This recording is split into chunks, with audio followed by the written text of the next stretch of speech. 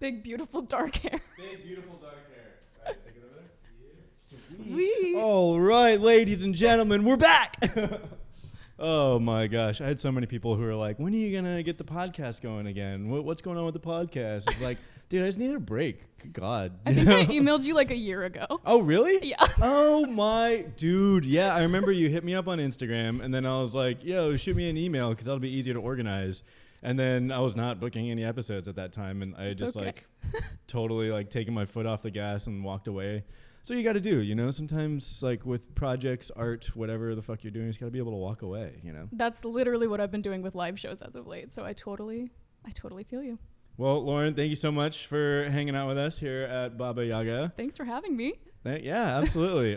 Thanks again also for playing Fremont Friday. That was the first time I got to see you play a full set because I did run into you while you were playing at Connor Byrne that one time. And I was like, oh, yeah, she's pretty good.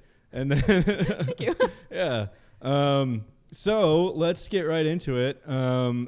You are originally from Seattle area? No, I'm actually originally from Billings, Montana. No way. Yeah, Okay, way. very cool. What's going on in Billings, Montana? Not a lot, and that's why I'm here in Seattle. Okay, sweet. How long have you been in Seattle? It'll be, I think, 4 years today. Oh, no shit? Yeah. Whoa. Sick. Happy Seattleversary, I Thank guess. you. That's pretty sweet. And did you move out here to do music? I moved out here, to pursue more just artistic opportunities. I've done like theater, film, TV, commercial work since I was 3. Whoa. And so the older I got in Montana, it was like less so the types of projects that I necessarily wanted to be a part of. Okay. And then also the joke is that I love Twilight so much, and that's why I moved out here. So yeah. Right? That's the song. Yeah. That's the song. Oh yeah. Okay, I just had my golden birthday and it was Twilight themed, so. Golden birthday? Yeah. Is that because you turned a certain age? 28 on the 28th. 28 on the 20. Oh yeah, I saw that. Yes. Oh, yeah. Well, happy late birthday. Thank you. Hope it was a good one. It was a blast. Kick ass. Okay, so how long have you been writing songs? How long have you been a musician? Well, that's a great question. I think I wrote more like stories for a long time when I was a kid. And then once it translated in my brain that I could put it to music, I come from a long line of musicians. My family, they've always played music, listened to music. And so, I mean, I remember writing my first song probably around 11 or 12. And I just had a piano at home. And then I'm self-taught guitar. So I got a guitar it was Christmas around 8th grade. And after that, it was just uphill from there. So okay, pretty cool. Kick ass. Okay, so you've been writing songs since you were 12. Very cool. How long have you been performing? So I've been performing, like I said before, like theater and stage stuff since I was 3. But it wasn't really until I moved out into Seattle that I started performing. I went to the Connor Byrne open mic. Yeah. And I played one open mic and was booked for 4 shows immediately after. Damn. So that's pretty kick ass. Wait, so how long ago was that? I think that was 2023. 2023. Okay. And you released a single in 2023. Right? 2024, I released 2024? my debut single, The Sheriff. Okay, gotcha. And then same year, 2024, you released your album. Yeah, that's right. Motion Picture. Yeah. Which I think is really cool that it's called Motion Picture because I didn't pay attention to the title of the album when I was listening to it until after. And I was like, dude, this sounds really cinematic. Like, I feel like it could totally be the score in like some Western movie, but not a Western movie, something more like True Detective where it has like that Western theme in like the modern day. Yeah. You know what I mean? Totally. Or something like that. Cowboys, detectives. Love Detective. Cowboy Detective. Love it. Alternate album name. Yeah. Okay, so that's really cool now to like kind of piece the story together of like you having this history behind like theater and film, as you mentioned earlier, and how that plays into what your music sounds like. Yeah. Do you have any aspirations to find a way to like further combine the art mediums of your film theater background with your music background? So that's a great segue into my album that I'm working on right now. I'm currently in production for album 2, which is called Humans, Gods, and Monsters. Whoa. And it's I could talk about it forever. But it's also how I've shifted how my live shows go. So when I started playing live music here in Seattle, I was watching my peers, and a lot of it was just them with a guitar singing songs. Like, that's great. That works for them. For me, I was like, I'm bored. Okay. Because I'm used to, memorizing entire scripts. I'm used to, memorizing entire musicals and, having this, all right, once you start, you can't stop type of like stage presence. Gotcha. And so I've been almost in this transition now once I started production on the second album where I now have an overture that I composed, and that's what starts my live shows. And there's a huge character arc now because Humans, Gods, and Monsters is a concept album where it follows this character where it's asking the audience too, like, what makes a human, what makes a god, what makes a monster, what makes a machine. And a huge word to describe it would be ambiguity. And so I don't like to spoon feed my audiences in any way, shape, or form. And so I've been incorporating a lot more theatrical elements within my live show. And then in doing so with the album itself, having these overtures and like interludes that create more of a theatrical theme to it. Okay, very cool. I have a few questions about adding theatrical elements into your shows and when you plan to come back to shows. But first, I want to ask about your approach to recording your music. When I was listening to your album, it's produced incredibly well. Like, it's so crisp. It sounds beautiful. So I'm really curious how you recorded that album. Did you go to a studio? Yeah, so Motion Picture was through Plaid Dog Studio, and that's in Boston, Massachusetts, actually. Oh, okay. They have a great program where they help smaller artists crowdfund and then kind of help them market and create a great pathway to create an album at the end. My producer, Ryan Gallagher, did an incredible job. I love him so much. But the way we did it was I would send him, scratch vocals, guitar, to a metronome, which is my number one op, by the way. I hate playing to a metronome, but you have to. And he would help with arrangements. Like, obviously, I had say in it as well. And then I flew out to Boston and recorded it all in 5 days. Oh, wow. Yeah. That's pretty kick-ass. Yeah. That is dope.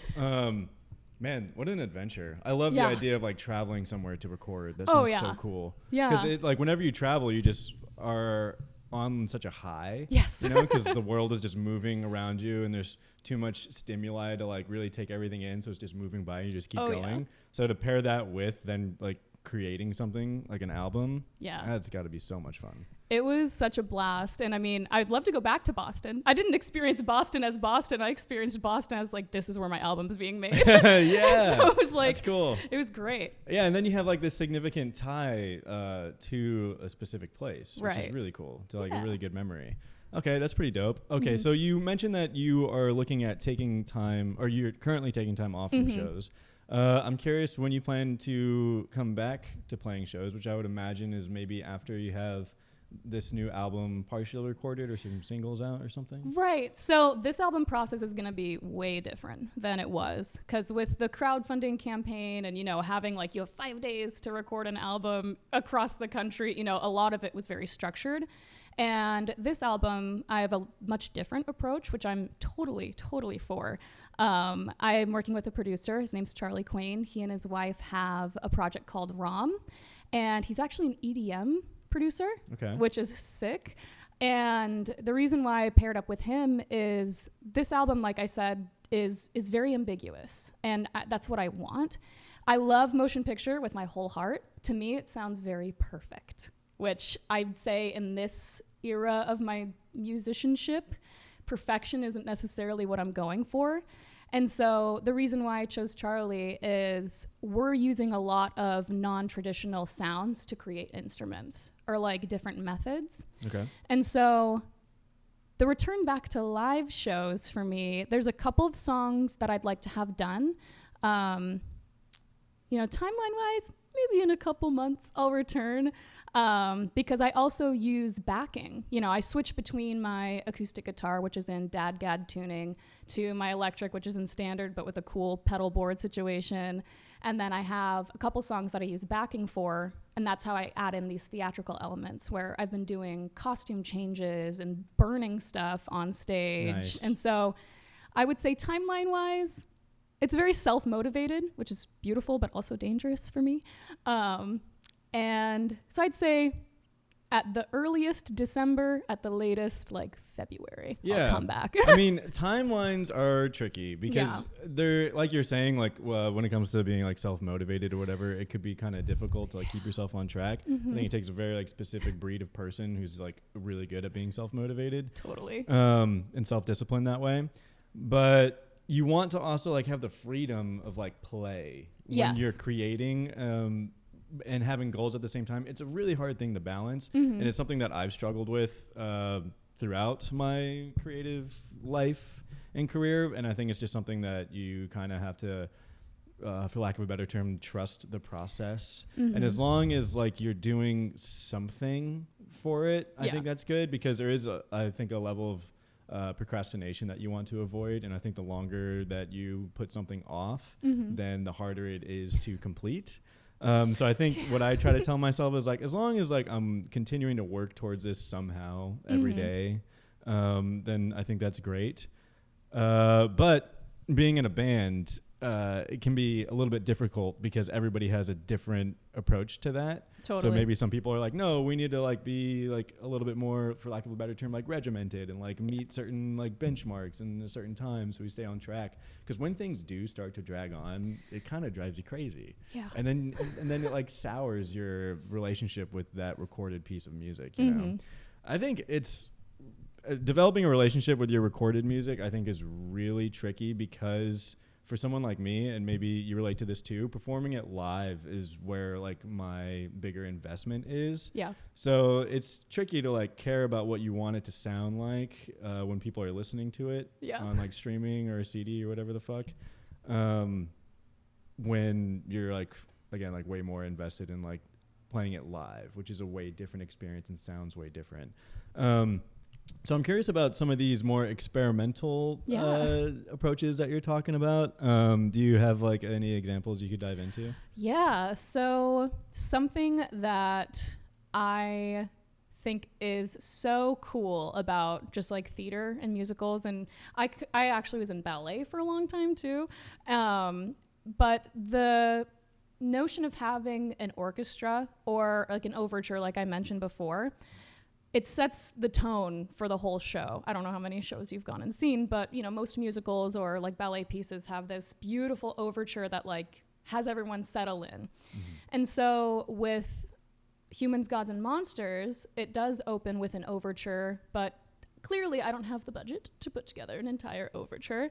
And so the way that I made it work for me is I composed this really, you know, again, ambiguous sounding overture by using a violin bow on my guitar in DADGAD tuning. That's pretty kick-ass. And so the way that I structured that is, you know, I'm playing the first few chords of the opening song, which is also called Humans, Gods, and Monsters, and just kind of shifting between the two chords and then, you know, flipping it in reverse to add that like push and pull to it. So it sounds like there's multiple string instruments going on at once, but really it's just one being chopped up and reversed and, you know, layered drawn on top out. of each other. Yeah. That's cool. And so that's one method. And that's a motif that happens throughout because it does create this like tension. I think that's a huge theme as well in this project is tension, because you never want to be settled in to this album. That's the point of it. Okay. Yeah. So what do you mean? Like you're constantly on edge, or like on edge maybe, but more so just questioning. Okay. Like one of my goals for the listeners of this project is I want them to be like, I want them to form their own opinion about it, but to always be open to their minds being changed about it. Okay. Cool. If that makes sense. Yeah. Like there's always something different to discover. Like yes. Whenever they go back and listen again. Oh yeah. Gotcha. And each of the songs flow into each other, and you know, some of them have these callbacks back and forth. Like I've said, it's called Humans, Gods, and Monsters. There's songs that are very human. There's songs that are, you know, there's one song literally called Monster, and it's about how humans can be monsters in some circumstances. And with that, you know, I'm using the same violin bow guitar technique with that one, and it's just creating these like gnarly, like uncomfortable sounds, but like pushed way back in the mix. So it's almost like, are you familiar with shepherd's tone? No. Okay, so shepherd's tone is used in a lot of films, like horror films, sometimes in theater, where it's almost this, you feel it more than you hear it, but it's this slow tone that's gradually going up, but it's on a loop. So it sounds like it's just always like going up and up and up and up, but it's not. So it's a mind trick. And so Interesting. it's doing the same in this song, but with actual instruments, creating that like tensiony sound. So even though you can barely hear it, you feel unnerved by it. Yeah. So Okay, so when your philosophy, it sounds like when it comes to, excuse me if I overstep. no, my please, assumption please here. lay it on me. Well, when it comes to recording music and providing an experience for your listener, you want them to be not passive. Right. Yeah, you want them to be like very like locked in, so to speak. Okay, that's really cool because I feel like whenever I first put on your music, I couldn't just like have it on passively. Right. It's like it set a mood in the room, and it was like, okay, this is very much like the focus. And now, while I'm sitting here eating my eggs, I'm like, I don't think this really works.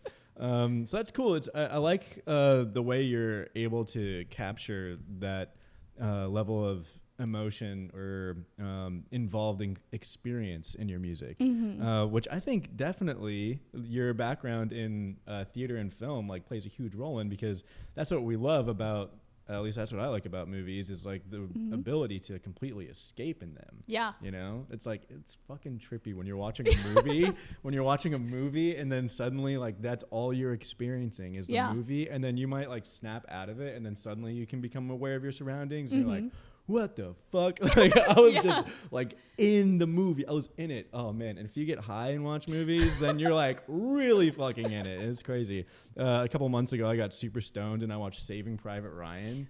And that was a choice. The worst decision ever, but I committed to it. Like I haven't seen that movie since I was like kid, like in like over like 10 or 15 years or something like that. And watching that first like sequence, I was like, this is fucking terrifying, dude. Yes. Oh my God. War is hell on earth, and it's happening all over the place. Oh it's my gosh. up. Yeah. Yeah, we should just get all the world leaders in the world like uncomfortably fucking stoned and sit them down and make them watch like war movies and be like, do you feel anything? That, you know, I'm sure we could call someone to make that happen. Yeah, who do we call? Ghostbusters. Who do we call to torture world leaders?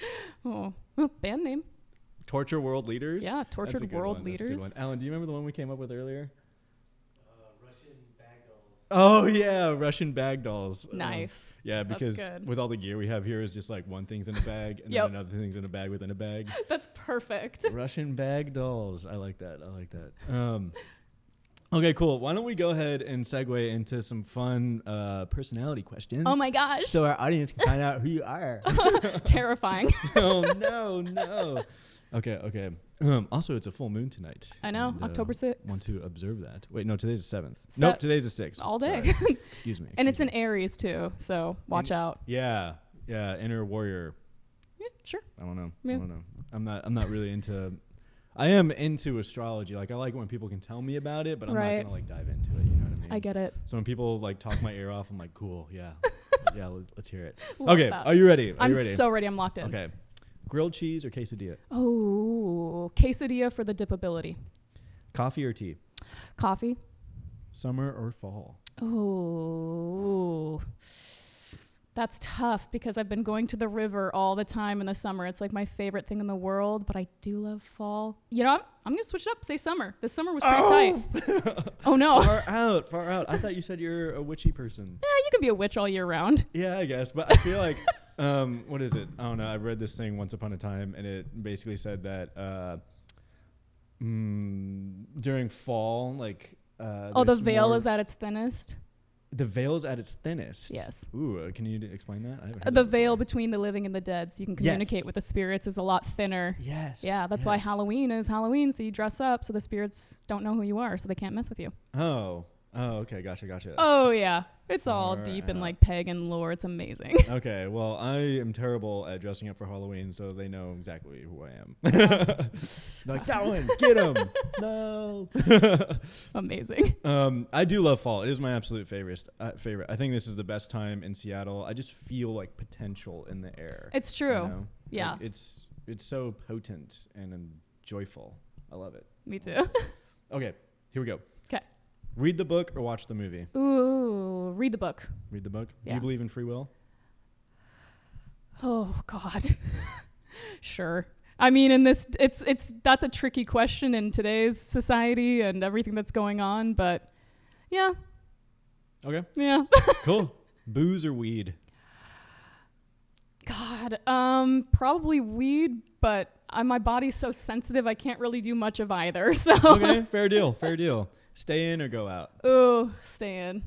One hit wonder or slow burn lifelong career? Slow burn lifelong career. All right, ladies and gentlemen. Love I hope that. now you know Lauren Eva Lane a little bit better. Amazing.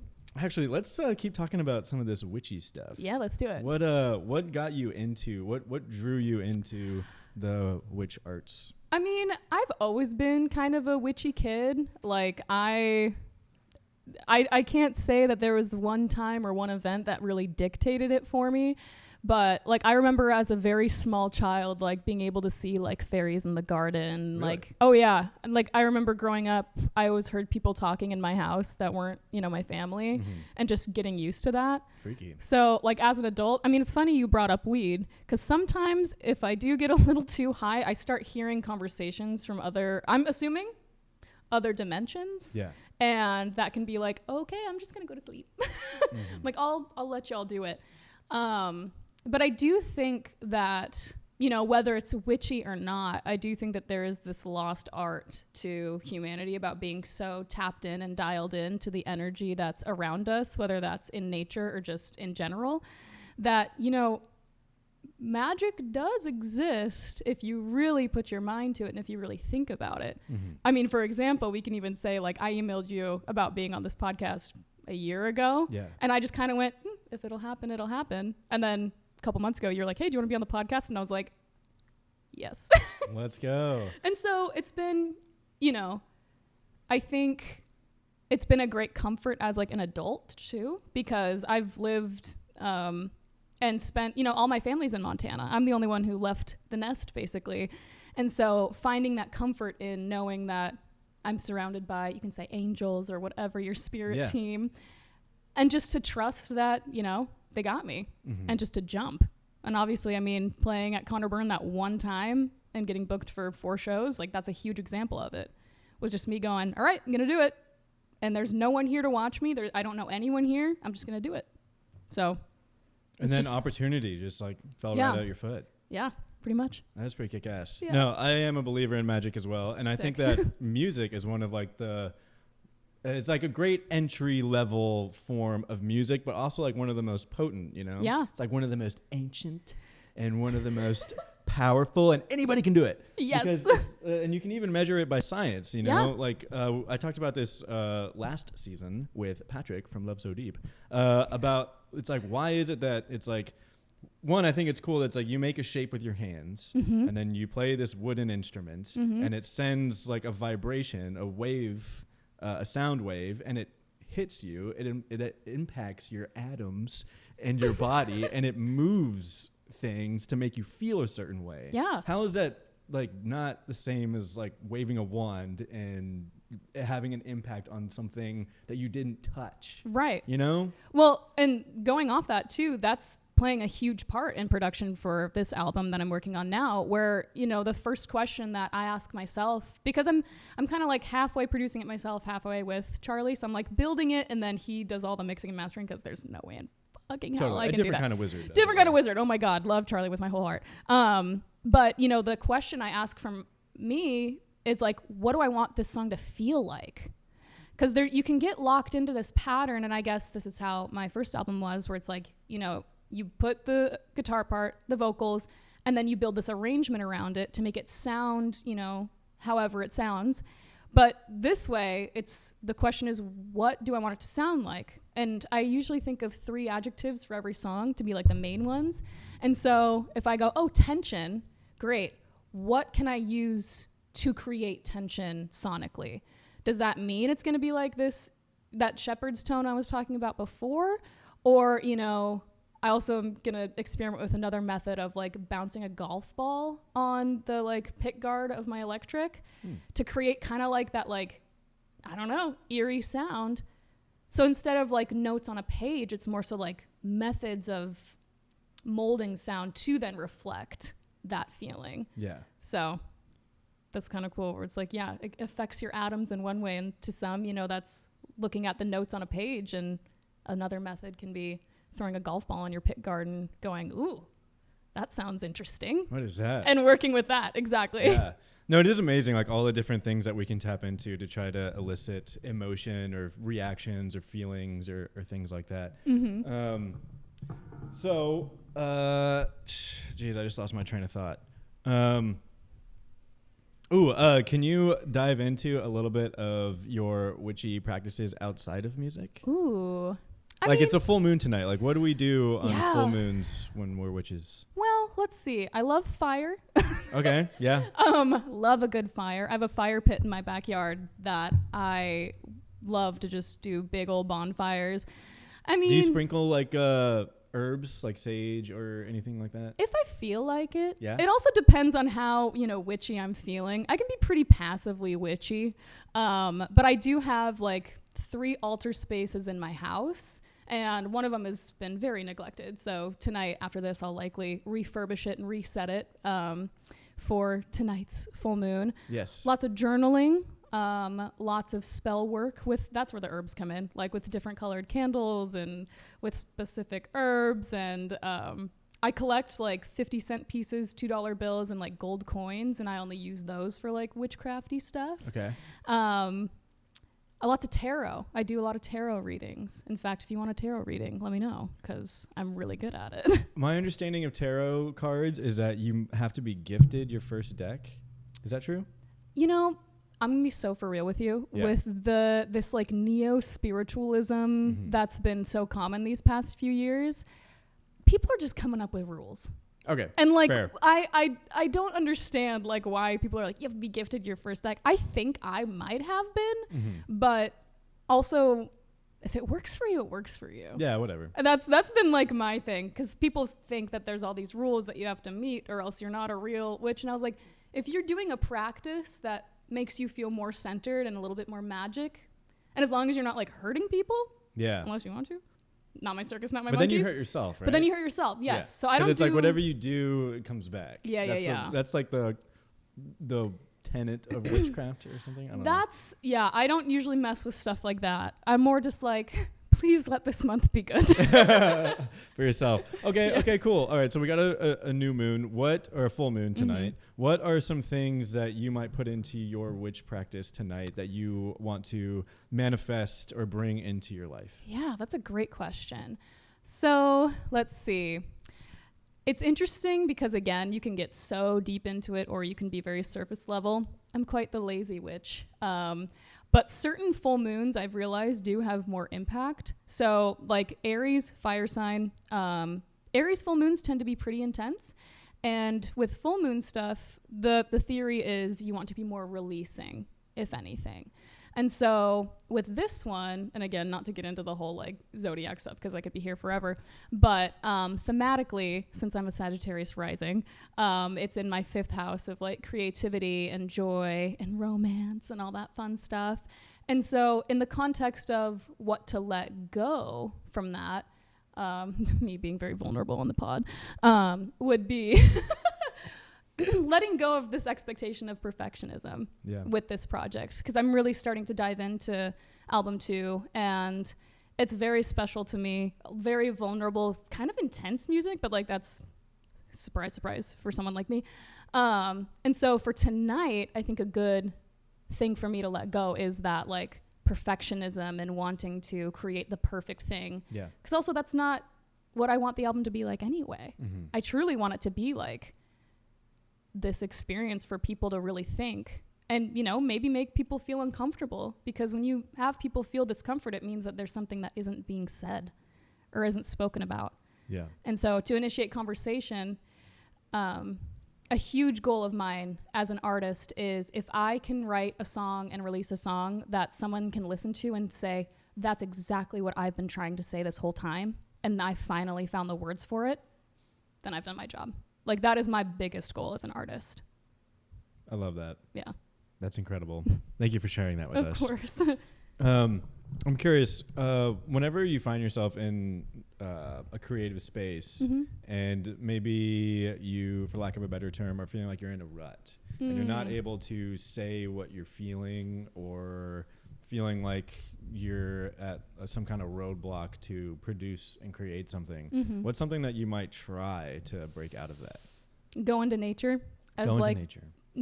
silly as that sounds, No, like, it's not silly. I mean, I did burn myself out quite a bit in the beginning of this year. I did, I think, like 16 shows in between January and July. Wow. And for me, because the Fremont Friday set was just me and my electric and my pedal board, but usually, like I mentioned before, I've got my acoustic, I've got my electric and my pedal board, I've got backing stuff, I've got my altar that I set up on stage.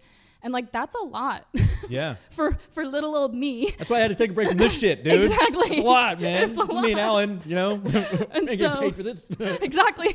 And so, I hit this moment of like, oh shit, I'm supposed to be doing album 2. I got nothing. Like, I've all these songs, most of the songs are written and like ready to go. But, that motivation to really sit and create what I want it to turn out to be, not like this, oh, I'm just going to rush through it and get it done just so I have something to give. Because we live in such a consumer society.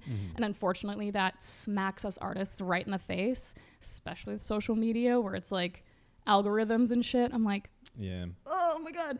I think I saw a post on Instagram where it was like this montage of Joan Jett, and it was like, imagine asking her to post 3 times to please the algorithm. Yeah, I saw that with Kurt Cobain. Exactly. It's like, imagine asking these like legends of rock and roll that in order for them to be seen or for venues to book them, they have to post X amount of times on Instagram. Yeah. Or to grow your audience. I think that's the thing that I struggle with is Yeah. it's like, oh, well, if we want to like reach a wider audience that we could one day tour off of and could like support us in Right. so many different ways, then I need to be posting on social media because that's a way to like reach them. And I think there is truth to that.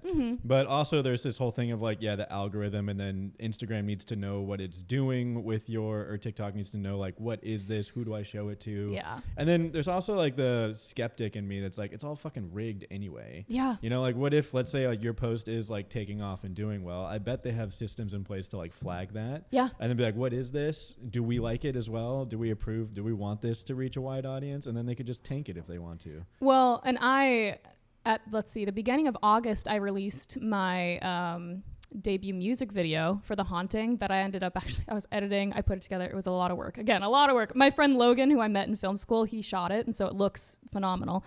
And just to experiment a little bit, I did, pay for an ad to run of it for one of the 3 like promos. The one that I paid for did worse than me just promoting it as per usual. Damn. And I was like, huh? Like, that doesn't make any sense. I mean, I only gave them like $25. So they're like, we're barely going to promote this. That's still a lot though. But, for the other 2 promos that it was around, those 2 got more views and interactions than the one that I paid for it to be. Yeah. And so it's kind of like, It's a scam. it's a scam. See, it's tough. It's tricky because I feel like it is a tool. If you can figure out how to use it and make it work, then it's worked for others. It could potentially work for you.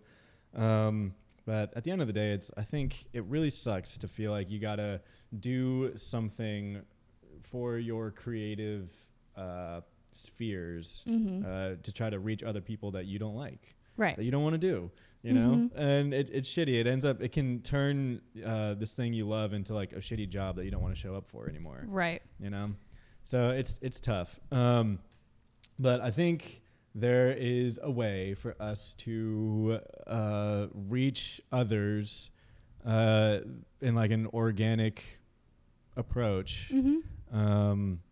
Geez, the idea I'm trying to get to is like, I think we just need to be texting people.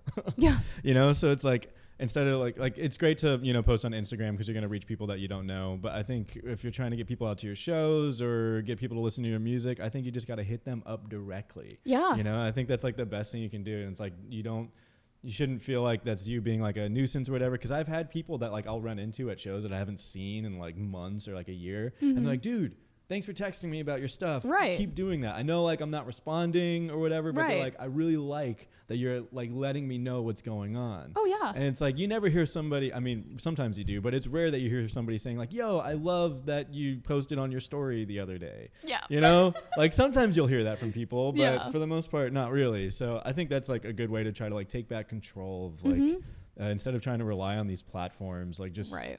extend your network and give your number out and fucking text people. Yeah. You know? Well, and I've noticed a trend lately too, where, I mean, I'm lucky enough to be surrounded by really phenomenal fellow musicians. And, you know, it's like, I never care if I get 4 or 5 texts from one person going, hey, come to my show, come to my show. You know, it's like, guess what? I'm going to be doing the same thing in, you know, a couple months when I'm back up on stage. And so it's like, I don't know. I think it's also important that we recognize that there's really no competition in music, controversial yet brave. But I don't think that there is, because if you think about all the musicians in the world, all the musicians that have been before our time are still relevant.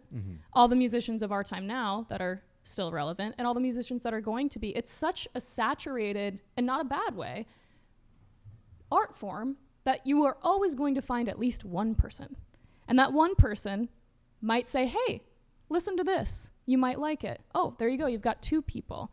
But those 2 people can still like, I don't know, someone else. Does that make you lesser than? No. Yeah. And so it's like, I feel and I hope that the energy is shifting, because you can get very competitive. I feel like there is that mindset, especially when you're trying to establish, like, I'd say like maybe a year ago when I was really trying to like find my footing and figure out what I was doing, you know, that, you know, those feelings of jealousy, which is normal, or like, you know, envious seeing these other people and going like, oh man, they really have it together and all their shows are so well attended.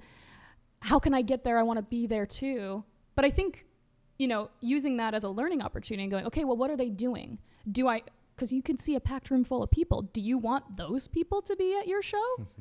That's something you can ask yourself. Yeah. And so I truly think that, or at least I can feel this energetic shift of like being very, very, very supportive of the other people in the community that you share. Because yeah, I share an audience with a bunch of my friends.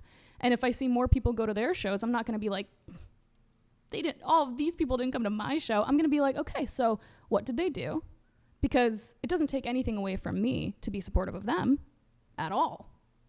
Like, it takes 2 seconds if I see a friend post like a reel of them singing for me to go, sounds great. Boom, that took me 2 seconds.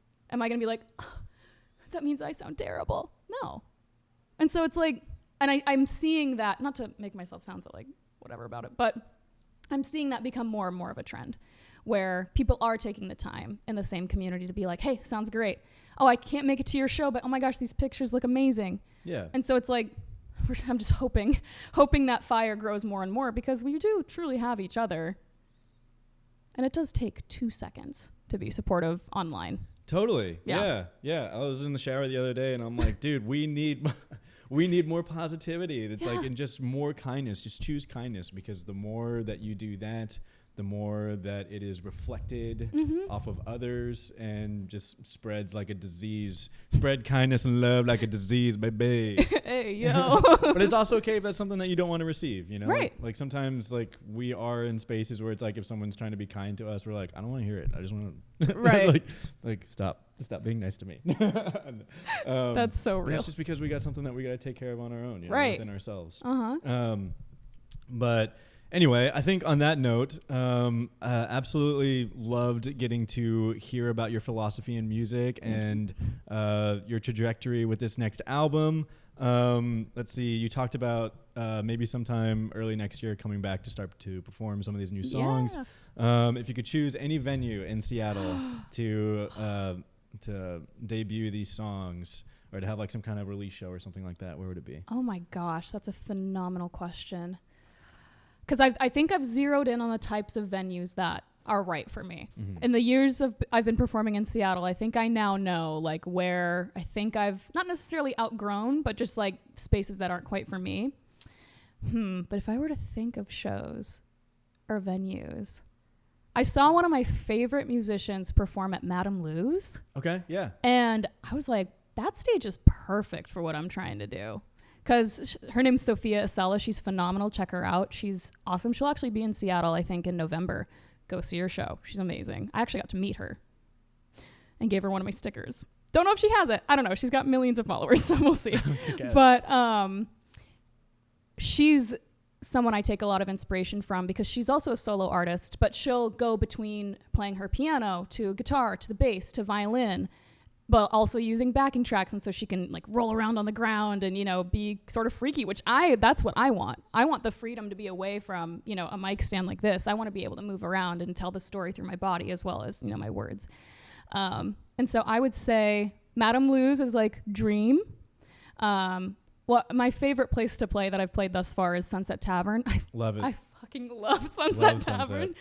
And then my album release show that I did almost a year ago was at Rabbit Box. I love Rabbit Box too. Yeah, Rabbit Box is really cool. So I would say, I know you asked for one, but you got 3. No, that's great. I love it. Yeah. Those are all great. Madame Lou's, Sunset Tavern, Rabbit Box. I remember Balcony Bridge played Rabbit Box once, and I don't think we'll do it again just because we fucking blew out that little room. Yeah, I was going to say. It's not really great for rock bands. No. But it's got a really kick-ass vibe. Yeah. And they fed us, and when a venue feeds you. It's everything and more. I love that. They do that here at Baba Yaga. Oh, amazing. Yes, yes. Oh, well, you got to play a show here. Oh, yeah, Baba Yaga. Baba Yaga. I know. I took a look at the stage, and I was like, great. Yeah. I love it. As long as it's not, you know, and again, I know these venues work beautifully for varieties of different artists. So I'm not trying to say like, oh, I'm too good for these places.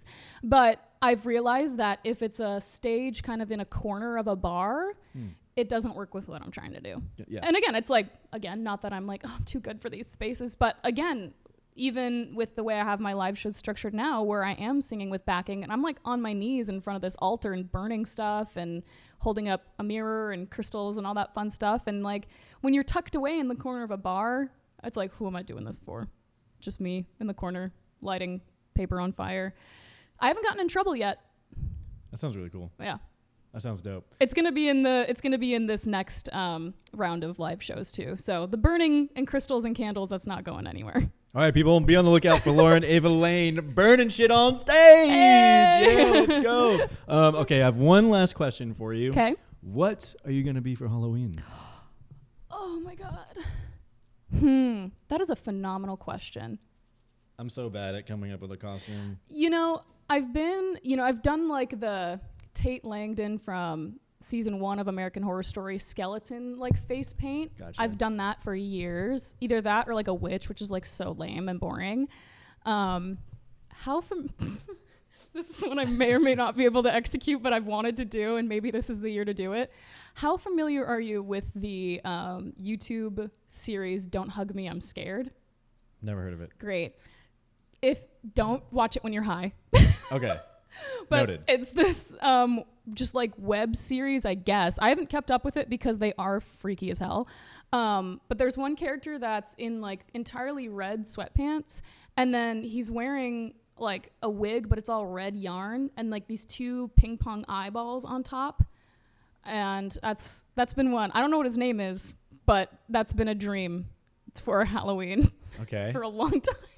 All red spaghetti hair. Exactly. Ping pong ball Yeah. thing. Yeah. Also, be careful when you Google "Don't Hug Me, I'm Scared." It'll make a lot more sense about who I am. Really? Maybe. All right. There you go. You want to learn more about Lauren? That's where you go. Hey. Sweet. Thank you seriously for Of course. coming and hanging out with us. Yeah. For the first episode of season 4 of the podcast. Let's go. Sick. Sweet. Thanks, Lauren. Thank you. We did it. Woohoo. Let's do it. Yeah. There we go. It is. Yeah. Kick ass. Nice. Sweet. Woo, we did it. We did it. We're so back. So back.